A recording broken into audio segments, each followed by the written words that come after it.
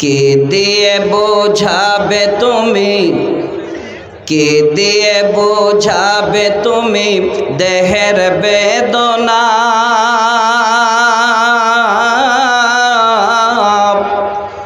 হবে মাটির বিছানা গো তোমার আসল ঠিকানা। একদিন তোমায় মরতে হবে, তুমি ভুলে যেও না।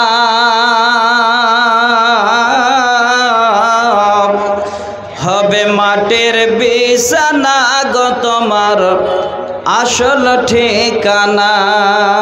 হবে মাটির বিছানা গো তোমার আসল ঠিকানা। উপস্থিত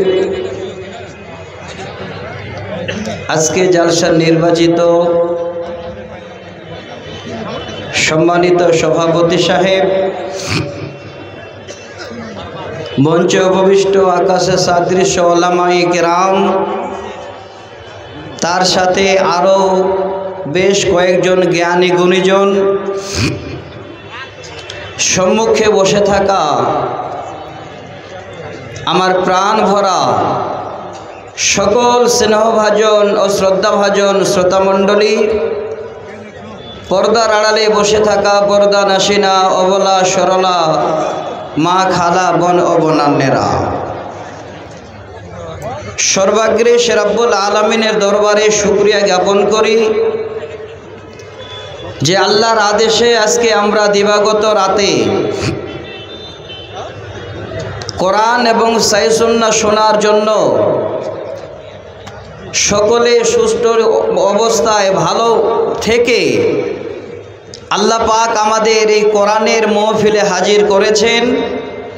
সে আল্লাহর দরবারে সকলে মিলে একবার তিনার শুকরিয়া আদায় করি, উচ্চস্বরে একবার পড়ি আলহামদুলিল্লাহ।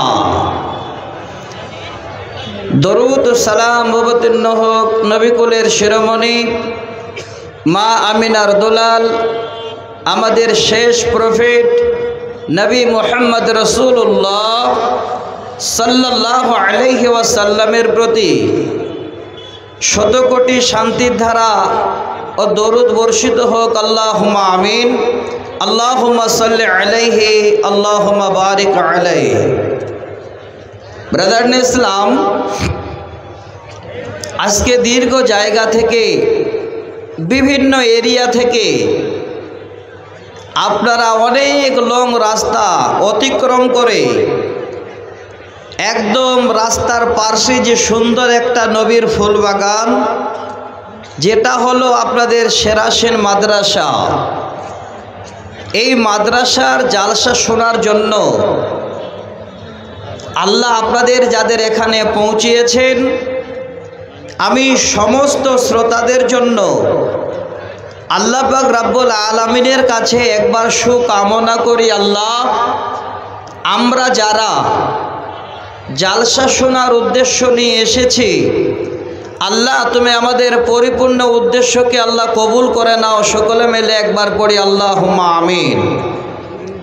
আমার ভাই সকল,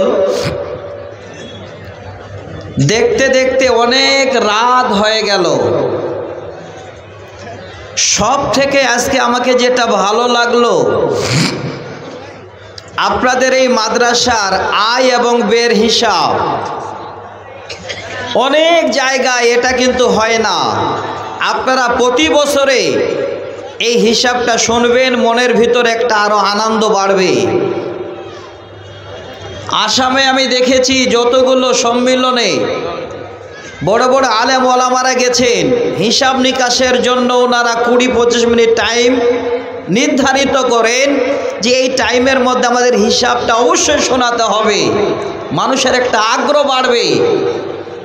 আপনারা যে এর আগে এত দান করেছেন, আল্লাহর রাস্তায় দিয়েছেন, সেগুলো যে আপনাদের কাজে লেগেছে, সেটা জারিয়া যে আপনাদের জারি হয়ে গেছে আল্লাহর কাছে, সেটা আপনাদের মনের ভিতরে কিন্তু অবশ্যই একটা এই রকমের কল্পনা উঠে আসলো যে আল্লাহ, আমার টাকাটা অপচয় হয়নি, আল্লাহ এই জারিয়া আমার তোমার কাছে জারি হয়ে গেছে। তো ভাইজান, আমি আপনাদের কাছে সময়টা বাঁচাবার জন্য খুব তাড়াহুড়া করে কিছু আলোচনা করব। তার জন্য আল্লাহর কোরআন থেকে দুই জায়গা থেকে কিছু অংশ আমি তুলে নিলাম। সহিহ বুখারীর একটা হাদিসের সেখান থেকে একটু অংশ আমি আপনাদের সামনে অনুবাদ করার জন্য পড়লাম। আল্লাহর কাছে আবেদন, আল্লাহ যতটুকুন সম্ভব হবে আল্লাহ আমি বলবো, আল্লাহ তোমার দয়ায় তোমার কৃপায় যতটুকু বলার তুমি আমাকে ক্ষমতা দেবেন অতটুকুই বলবো, তার না বেশি না কম বলতে পারবো। আল্লাহ আমার শ্রোতাদের সকলকে সেই কথাগুলো শোনার পরে পরিপূর্ণরূপে আমল করে পরিশেষে আল্লাহ তুমি তোমার জান্নাতুল ফেরদাউসে জায়গা দিও। আর একবার পড়ি আল্লাহুম্মা আমিন। ভাইজান, এলাকায় আপনারা বড় বড় জালসা করেন, চারিদিক থেকে লোকজন আসেন, ভিড় বেশি হয়। আমার মায়েরা বছরে একবার ওনারা সুযোগ পান, ওনারাও কোরআন হাদিস শোনার জন্য ছুটে আসেন। তবে কোরআন হাদিস শুনতে এসে যেন কোরআন হাদিসের পিছনে ছুটাছুটি করেন, অন্য জায়গায় যেন ছুটাছুটি না হয়। আমি আবারও বলছি, আপনাদের জন্য এত টাকা খরচ করে চারিদিকে ঘেরা দিয়ে আপনাদের ঘেরার ভিতরে সুন্দর করে প্রজেক্টের ব্যবস্থা দিয়ে আপনাদের এত সুব্যবস্থা করেছেন, তারপরও আপনারা কেন বোন, কেন মা, কেন খালা আপনারা বাইরে ঘুরছেন, বাজারে যাচ্ছেন? একবার দয়া করে নিজেকে লজ্জাবোধ মনে করে আপনারা আপনাদের জায়গায় এসে ঢুকুন, আর বেরিয়ে থাকবেন না। আমার মায়েদের বলবো, মা বোন আপনারা নিজে একবার দয়া করে লজ্জাশীলা হন। আপনারা যদি লজ্জাশীলা হন তাহলে দেখবেন এই বাজার ফাঁকা হয়ে থাকবে, এই বাজারে শুধু পুরুষেরা ঘুরবে না। একটু লজ্জা হোক আপনাদের, একটু লজ্জা করেন, তাহলে এই সুন্দর পরিবেশটা আরও যা আছে তার থেকে সুন্দর পাওয়া যাবে। আমি কিছু কথা আপনাদের বলবো, দয়া করে কথাগুলো একটু আপনারা মাথায় নেবেন। আল্লাহ পাক তিনি হলেন রহমানুর রহিম। আমি অনেক দিন আগে একটা কবিতা আপনাদের শুনিয়ে যেতাম, দয়াল আল্লাহ রে তুমি আমায় রহম করো না। এটা একটা দোয়া। আর আল্লাহ যে রহমানুর রহিম, আর রহমান রহিম এই দুটো শব্দ জানেন। আল্লাহ এই জগতেও আমাদের দয়া করেন, পরের জগতেও আমাদের জন্য দয়া করবেন।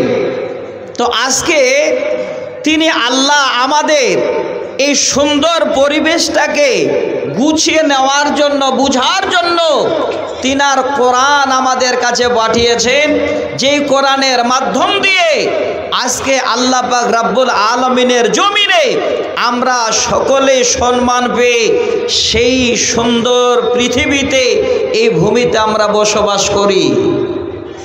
আয়াতের অংশটুকু ছোট পড়েছি, খালি তর্জমাটা আপনাদের করে। সহিহ বুখারীর একটা হাদিস আমি আপনাদের সামনে পড়েছি, সে হাদিসটাকে আপনাদের সামনে তুলে দেব। এই হাদিসটা এই জন্যে পড়েছি, এমন একটা মানুষ হাদিসটা বর্ণনা করেছেন, যেই মানুষটাকে দেখলে, যেই মানুষটা রাস্তা দিয়ে গেলে শয়তান পর্যন্ত দাঁড়িয়ে থাকতে পারত না। তিনি হলেন হযরত ওমর রাদিয়াল্লাহু তাআলা আনহু। তিনি হাদিসটাকে বর্ণনা দিয়েছেন। আমি আপনাদের খুব মন ভরে হাদিসটাকে শোনাবো। তার জন্য আবারও যেন বলছি, যে যেখানে আছেন খুব গুছিয়ে ভালো করে বসুন।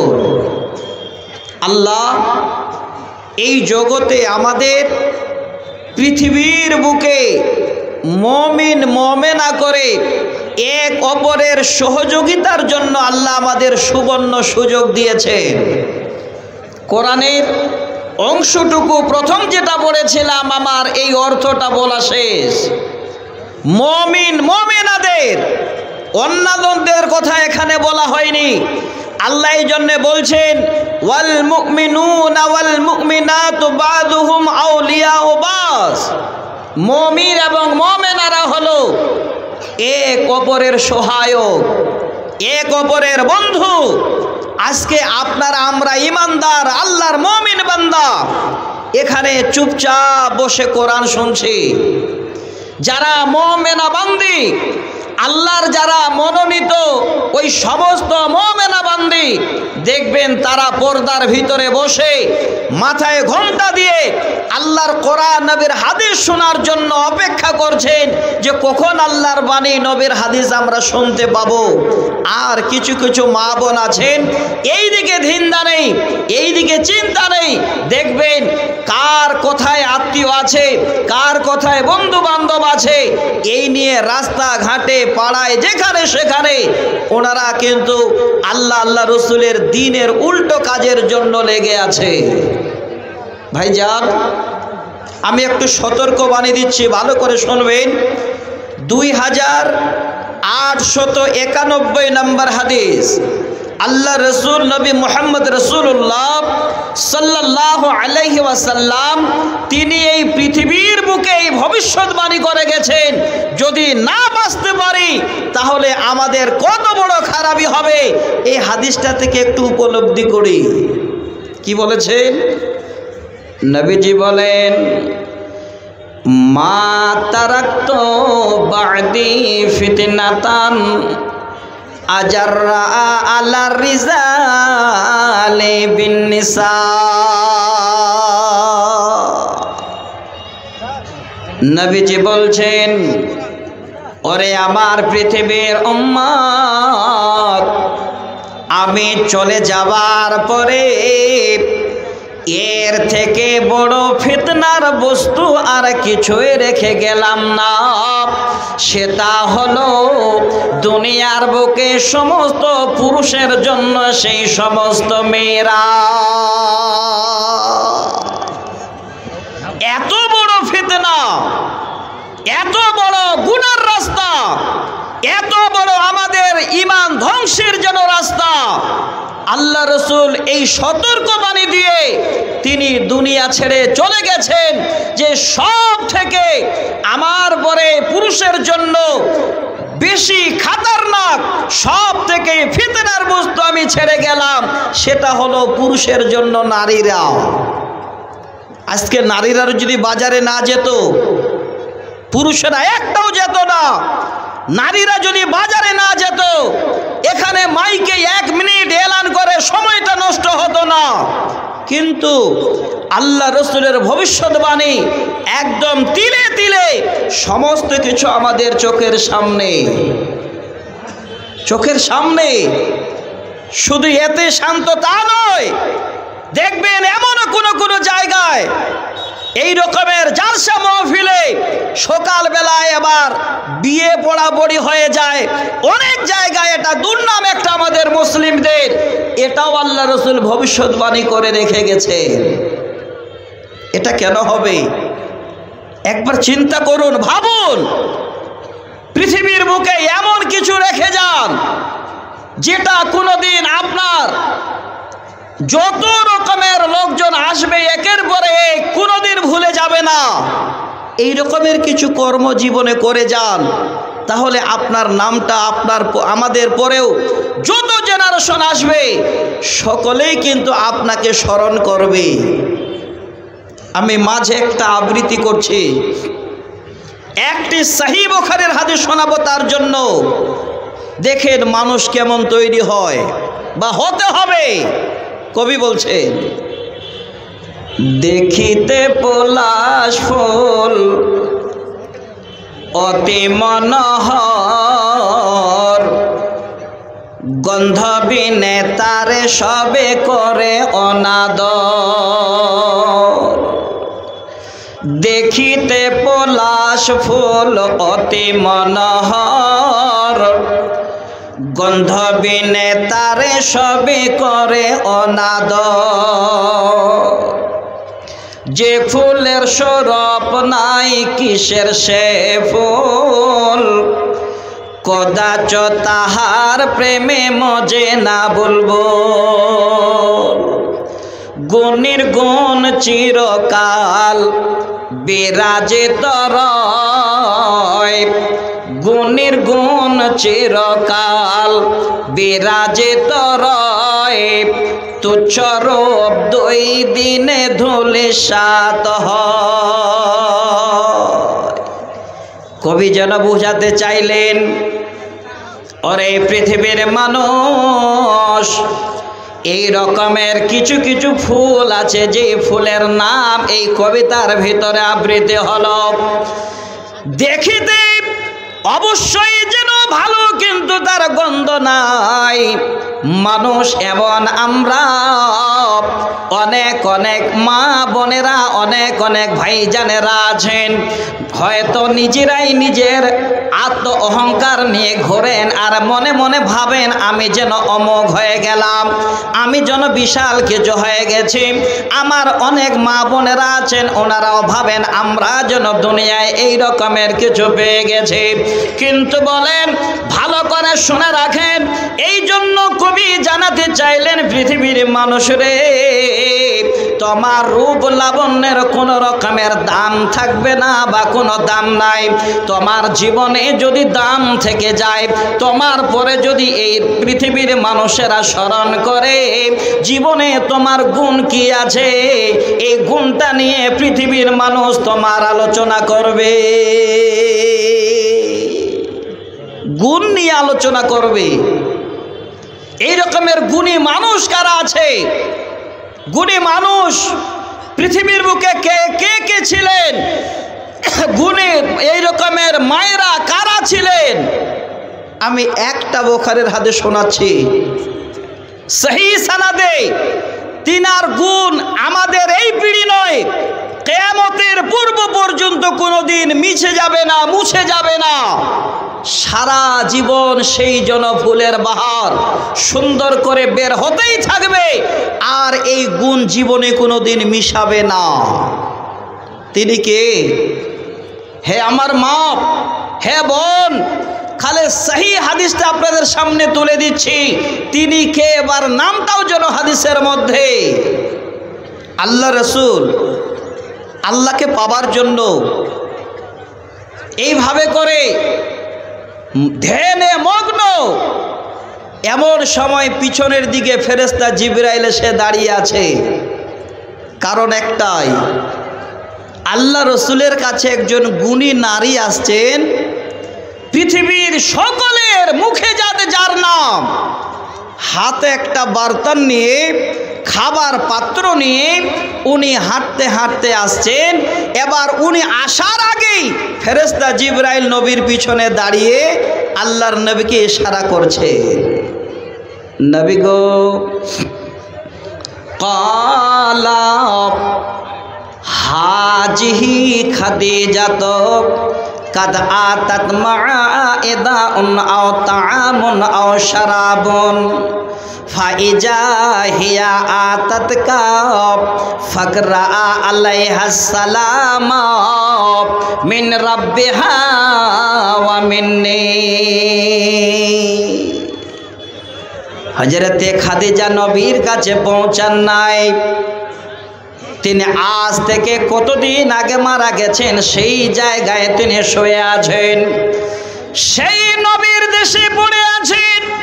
তারপরেও যেন তিনার নাম পৃথিবীর কোন মুমিন মুমিনাদের কাছে নাই বলে কেউ বলতে পারবে না।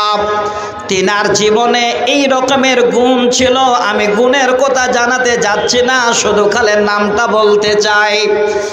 ওনার নাম রাখ থাকার কারণ হলো জীবনে তিনি পৃথিবীর নারীদের কাছে এই রকমের একটা অতি উত্তম নারীর পরিচয় দিয়ে গেছেন। হে মা জননী, ইতিমধ্যে এবার ফেরেশতা জিবরাইল নবীকে বলছেন, নবী গো, ওই যে দেখেন আপনার অর্ধাঙ্গিনী, আপনার খাদিজা হাতে একটা পাত্রে খাবার নিয়ে আর পান করার কিছু বস্তু নিয়ে আপনার সামনে হাঁটতে হাঁটতে আসছেন।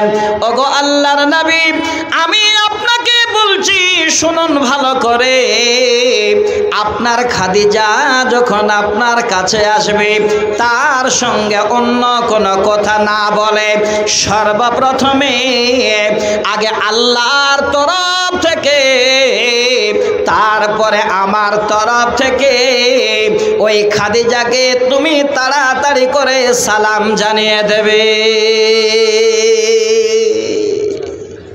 কত গুণী নারী, পৃথিবীর সমস্ত মানুষের বুকে হৃদয়ে ঢুকে আছে। আল্লাহ এতই পছন্দ করেছিলেন তিনার গুণকে যে স্বয়ং আল্লাহ এবং আল্লাহ রসুল যেখানে আল্লাহ রসুলের কাছে আসছেন খাদিজা, আল্লাহ নিজেই সালাম দিচ্ছেন, ফেরেশতা নিজেই সালাম দিচ্ছেন, তারপরও শান্তি সান্ত্বনা পাননি। আবারও যেন বলছেন নবী গো ওয়াবাশশিরহা বিবাইতিন ফিল জান্নাতি লা সাখাবা ফিহি ওয়ালা নাসাবা। ওগো আল্লাহর নবী, ওই খাদিজাকে আজকেই ওই সুসংবাদ জানিয়ে দাও, ওই খাদিজাকে আজকেই সে সংবাদ বলে দাও তার জন্য আল্লাহর সেই জান্নাত তৈরি করা আছে, যে জান্নাত হীরা মানিক মুক্তা দিয়ে তৈরি। লা সাখাবা ফিহি ওয়ালা নাসাবা, যে জান্নাতের ভিতরে জীবনে কোনোদিন শোরগোল হট্টগোল গন্ডগোল হবে না। ওই জান্নাতের সুসংবাদ সেই খাদিজাকে জানিয়ে দাও। আমার মা কি গুণ ছিল তিনার, আল্লাহ এত খুশি যে নিজেই সালাম পাঠালেন। কি গুণ ছিল তিনার, ফেরেশতা জিবরাইল নিজেই সালাম পাঠালেন। আর আজকে এই রকমের আমার মায়েরা, আপনারা সেই বানি ইসরাইলের জামানার মতো কলঙ্কতে জড়তে চান? কত বড় কলঙ্ক, কত বড় দুর্নাম আছে দুনিয়ার বুকে। আর একটা বুখারীর হাদিস শোনাচ্ছি, নবীজি বলেন ইন্নাদ দুনিয়া হুলওয়াতুন খাজিরাতুন ওয়া ইন্নাল্লাহা মুস্তাগলিফাকুম ফিহা ফায়ানদুরু কাইফা তা'মালুন। নবীজি বলেন, ওরে আমার উম্মত, এই দুনিয়াটা তোমাদের জন্য অনেক মনোরম, অনেক সুন্দর। এই দুনিয়া তোমাদের জন্য এতই পছন্দনীয় এবং সবুজ ফসলে ভরা। আল্লাহর নবী বলেন ফা ইন্নাল্লাহা মুস্তাগলিফাকুম ফিহা, আল্লাহ আমাদের এই দুনিয়ার বুকে প্রতিনিধি করে পাঠিয়েছেন। একবার নিজে নিজে ভাবুন, এই দুনিয়াতে আমরা আমাদের মন মতো চলে, যার যেখানে যাবার ইচ্ছা সেখানে যায়, যে যেখানে যেতে চাই সেখানে যায়। কিন্তু ভাইজান ভুলে যাবেন না, আল্লাহর নবী বলছেন ফায়ানদুর কাইফা তা'মালুন, আমার আল্লাহ আমরা কোথায় যাই, রাতের অন্ধকারে কোথায় যাই, দিনের বেলা কোথায় যাই, কে কোথায় কে কর্ম করে, সম্পূর্ণটাই আমার আল্লাহ যেন তিনি দৃষ্টিপাত করে।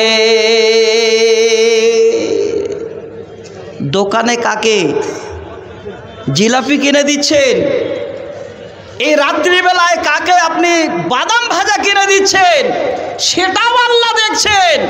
আল্লাহ রাসূল এই ভবিষ্যৎবাণী দিয়ে গেছেন, হে আমার উম্মত, ফাত্তাকুদ দুনিয়া ওয়াত্তাকুন নিসা, এই দুটো জিনিস থেকে তোমরা বেঁচে থাকবে।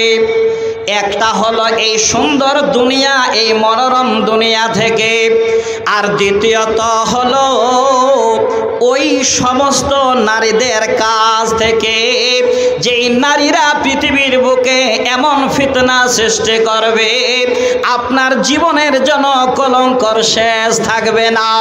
নবীজি বলেন, হে আমার উম্মত, এই এই কথাটা আমি তোমাদের কেন সতর্ক বাণী দিলাম? ফা ইন্না আওয়ালা ফিতনাতে বানি ইসরাঈলা কানাত ফিন নিসাব।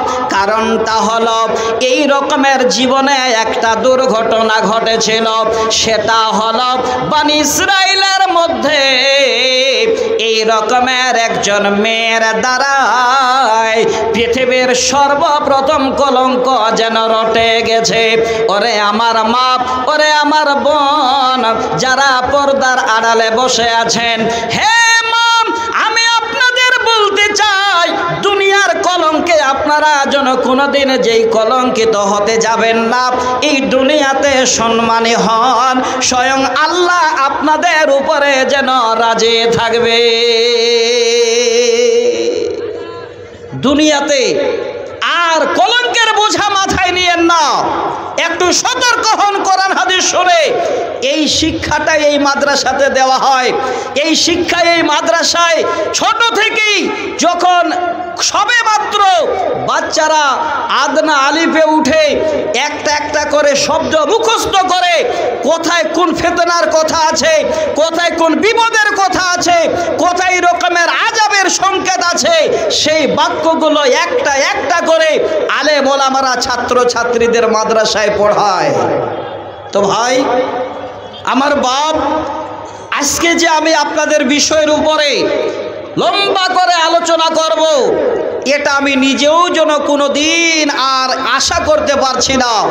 কারণটা হলো, দেখতে দেখতে প্রায় 10:30 বেজে গেল। আপনাদের মাদ্রাসার হিসাব নিকাশ শুনলেন, সারা বছর যে আপনাদের দ্বারাই মাদ্রাসা চলে, সেই তহবিলটা এত খালি। বর্তমানে 1 লক্ষ কত হাজার টাকা শুনলাম। এই টাকাতে তো মাদ্রাসা চলবে না বন্ধু। চালাবেন কারা? আর যদি হাত বাড়ান লাভবান হবেন কারা? আমি একটি আয়াত পড়েছি সূরা আল বাকারা, আয়াত নাম্বার 274। এই আয়াতটা ভালো করে একটু শুনে নেবেন। আপনাদের মনের ভিতরে এই রকমের একটা আগ্রহ জাগবে। আপনি ঠান্ডায় যেই জামাটা গায়ে দিয়ে আছেন, আপনি খুশিতে ভাববেন, এই জামাটা আজকে খুলে আমি রেখে দিয়ে আল্লাহ তোমার এই সুন্দর জায়গাটাতে বসে এই সুবর্ণ সুযোগ শুনতে পেয়েছি, এই সুযোগ আমি হাতছাড়া করব না। সেটা কি? সবাইকে আল্লাহ বলছেন, রব্বুল আলামিন বলেন, আল্লাযীনা ইনফিকুনা আমওয়ালাহুম বিল্লাইলি ওয়ান নাহারি সিররাও ওয়া আলানিয়াতান ফালাহুম আজরুহুম ইনদা রাব্বিহিম ওয়ালা খাউফুন আলাইহিম ওয়ালা হুম ইয়াহজানুন। এই শেষের 3টা শব্দ যদি কোনো আল্লাহর মুমিন বান্দারা, আল্লাহর বান্দারা মন দিয়ে শোনে, আপনার থেকে আর খুশির জন্য মানুষ এই মহফিলে কাউরে পাওয়া যাবে না। এই 3টি শব্দ পরে আগের শব্দগুলো ভালো করে শুনে নিন।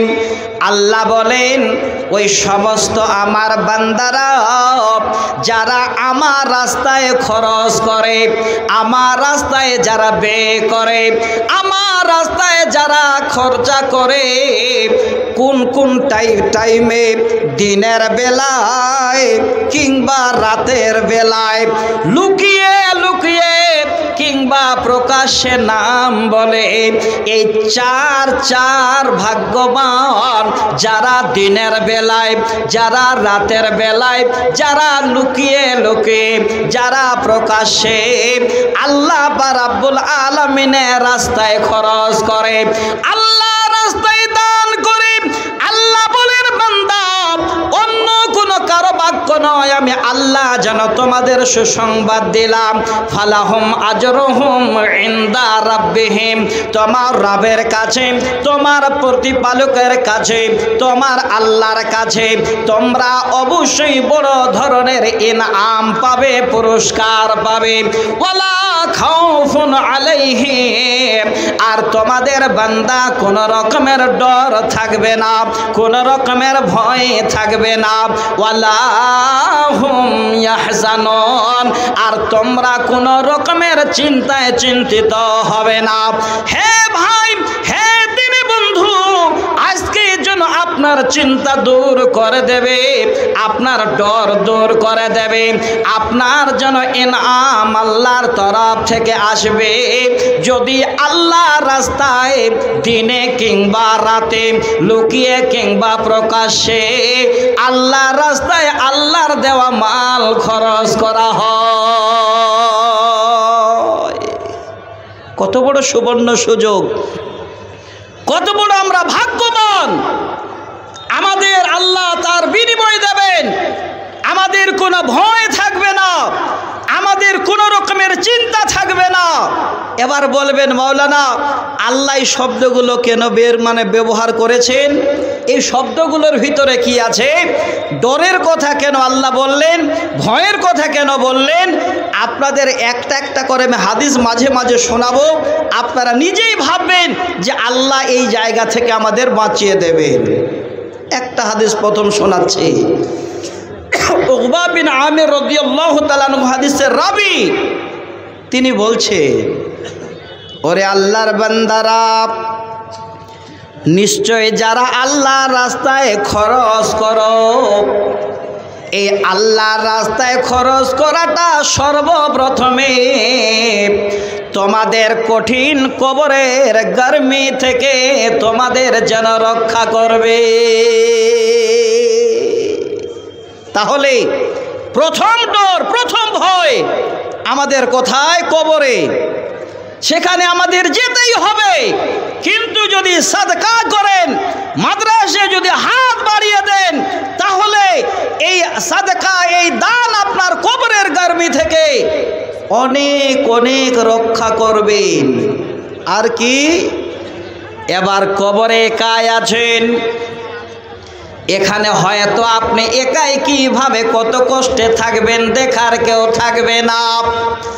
দ্বিতীয় জায়গা হলো যেদিন পৃথিবীর মানুষ আমরা সবাই একত্রিত হব, এক অপরের দিকে দেখার তাকার সুযোগ হবে না। সেদিন আমাদের এই আকাশ মাথার উপরে আছে, এই সূর্য নামক একটা যেন বড় বস্তু আছে, এই সূর্য আমাদের মাথার কাছে চলে আসবে, আর কোন রকমের সূর্যের তাপ থেকে রক্ষা পাওয়া যাবে না। নবীজি বলেন, নিশ্চয়ই যারা মুমিন, আল্লাহ রাস্তায় যারা হাত বাড়িয়ে দিয়েছে, কিয়ামতের দিনে এই হাত বাড়িয়ে দেওয়া দান তাদের সাদকা ওই সূর্যের নিচে এসে মাথার উপরে দাঁড়িয়ে, এবার যতক্ষণ হিসাব নিকাশ না হবে, ওই সাদকা বান্দা বান্দীদের মাথার উপরে ছাদ হয়ে দাঁড়িয়ে থাকবে। আমার ভাই, আপনারা মুমিন, আপনারা ঈমানদার, বিশ্বাস আপনাদের আছে যে আল্লাহ যদি হাত বাড়িয়ে দিই, এত বড় ডর, এত বড় জায়গা থেকে বেঁচে যাব, সেদিন আল্লাহ আমাদের হাত বাড়া পয়সাটা আমাদের মাথার উপরে দাঁড়িয়ে থাকবে। তো ভাই আমার বাপ, আজকে আমি আপনাদের সর্বপ্রথমে এটাই অনুরোধ জানাবো, এতগুলো লোক আপনারা আছেন, যদি মনে করেন যে আজকে যতগুলো আয়েবের হিসাব শুনলাম, আবার এতগুলো টাকা আমরা দিয়ে সারা বছরের জন্য মাদ্রাসার আমরা ফান্ডে জমা করে দেব, আবার আগামী বছরে আয়েবের হিসাব শুনবো, দেখা যাবে হাত শূন্য, আবার হাত বাড়িয়ে দেব, কবর থেকে হাসর পর্যন্ত আপনাদের আর কোনো চিন্তা থাকবে না, ভয় থাকবে না। তো ভাই আমার বাপ, আপনারা নিশ্চয়ই অনেক অনেক কথা শুনেছেন। আমি আমার ক্ষুদ্র জ্ঞানে এই সুসংবাদটা জানাচ্ছি, যদি আল্লাহর কঠিন আযাব থেকে বাঁচতে চান, আল্লাহ পাক রব্বুল আলামিনের কাছে ইনাম পেতে চান, আপনার যদি জীবনে কোনো রকমের ডর ভয়ে থাকবে না, এই রকমের সুবর্ণ সুযোগ নিতে চান, তাহলে সেরাসেন মাদ্রাসাটার দিকে একবার মাথা নিচু করে হাত বাড়িয়ে দিয়ে জীবনের জন্য কিছু আপনি জমা করে যান। কবর থেকে হাসর পর্যন্ত এই সেরাসেন মাদ্রাসার দানটা আপনার কাজে লেগে যাবে। তো ভাই আমার বাপ, এই টাইমটা হলো আমার জন্য বরাদ্দ। যদিও টাইম ছিল আমার 9টা থেকে, আমি খবর শুনছি 9টায় আমার টাইম, কিন্তু আস্তে আস্তে এমন আমার নসিব যে আপনাদের কাছে একদম 10টার কাছাকাছি বোধে আসলাম। এবার যদিও আসলাম যে ভাবলাম একটা পয়েন্ট নিয়ে কমপক্ষে 1 ঘন্টা বলি, পিছন থেকে আগেই আমাকে ইঙ্গিত করছেন মাওলানা সবাই তাকিয়ে আছে, আমাদের সেরাসেন মাদ্রাসাও তাকিয়ে আছে। দয়া করে আজকে মাদ্রাসার সঙ্গে এই সমস্ত শ্রোতাদের এমন একটা মোহাব্বত জুড়িয়ে দিন, এমন একটা মোহাব্বত মানে করে দিন, কিয়ামতের দিনে যেন সেরাসেন মাদ্রাসা এই সমস্ত শ্রোতাদের আল্লাহর জান্নাতুল ফেরদাউস যাওয়ার একটা জারিয়া হয়ে যায়।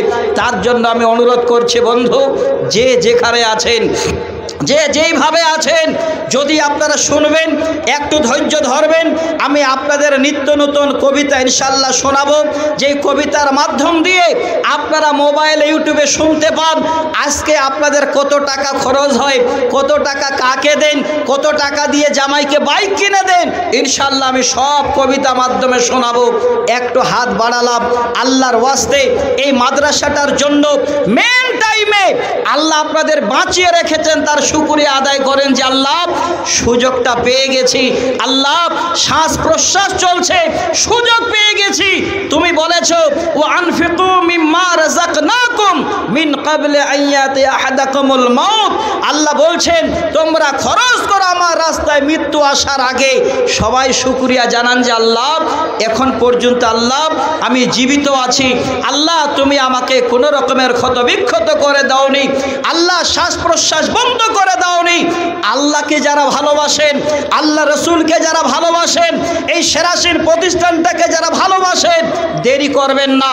আমি 10টা মিনিট আপনাদের কাছে হাত বাড়াচ্ছি বন্ধু, আপনার কল্যাণের জন্য। যে যেখানে আছেন আমার সঙ্গে একটু মুলাকাত করে যাবেন, মুসাফা করে যাবেন। বেশি নয়, আমি 20 জনের কাছে 20,000 টাকা করে 5 জনের কাছে আবেদন জানাচ্ছি, আর 10,000 করে 10 জনের কাছে, 5,000 টাকা করে 10 জনের কাছে। কোন আল্লাহর বান্দা আছেন অত্র এলাকায় যে আজ থেকে আপনি 15 বছর আগে আপনি করতেন ট্রাকের খালাসি, আল্লাহ আজকে বানিয়ে দিয়েছে আপনাকে 5টা ট্রাকের মালিক। এই শুকরিয়া আদায় করার জন্য আমি আপনাদের দেখতে চাচ্ছি বন্ধু। আল্লাহর রাস্তায় দিলে কোনোদিন কমে যায় না, আল্লাহ আরও বাড়িয়ে দিন। 20,000 করে 5 জন, 10,000 করে 10 জন, 5,000 করে 10 জন।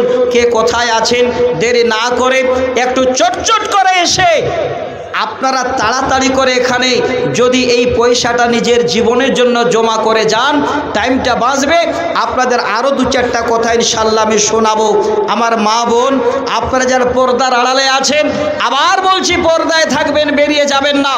আপনাদের কাছে লোক যাবে, আপনাদের কাছে প্রতিনিধি যাবে, আপনারা আপনাদের জীবনের জন্য হাত বাড়িয়ে দেবেন। এই সম্মানের কলঙ্ক যেন আপনাদের গায়ে না লাগে, এটাই আমি অনুরোধ করছি। কে কোথায় আছেন ভাই?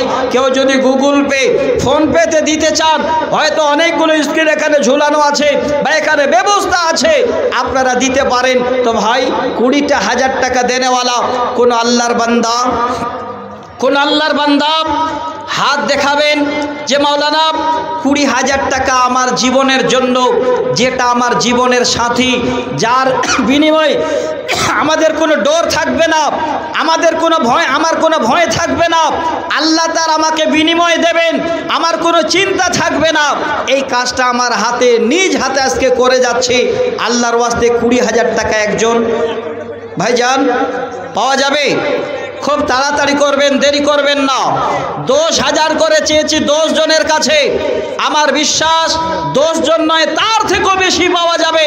যারা দিতে পারবেন বা দেবেন, দেরি না করে মনটাকে পরিষ্কার করে কোরআনটাকে বিশ্বাস করে বুকে ঈমান রেখে একটু দাঁড়িয়ে এসে আমার কাছে আপনার একটু কথাটা বলে যান বন্ধু। তারপরে একের পরে আলেম ওলামারা আসবেন, আপনারা আলোচনা শুনবেন ইনশাআল্লাহ। যতদূর আপনাদের ধৈর্য থাকবে আমার মমতাজুল ভাই শেষে এসে আপনাদের আলোচনা করবেন। যারা আলোচনা শোনার জন্য মানুষ বসে থাকেন ইনশাআল্লাহ উনিও আসছেন। তো ভাই কেউ আছেন 10,000 দেনেওয়ালা? পাওয়া যাবে? যদি লিখে দিয়েছেন আগে ওই ভাইয়ের নামটা একবার প্রকাশ হোক। যদি দেবেন আপনার নামটা যেন আল্লাহর খাতায় আজকে লিপিবদ্ধ হয়। এই রকমের কোন আল্লাহর বান্দা আছেন যে 10টা করে 1000 টাকা আমার হাতে 10 জন দেবেন? ভাই পাওয়া যাবে না? এই ঝাড়খণ্ডের মাটিতে 10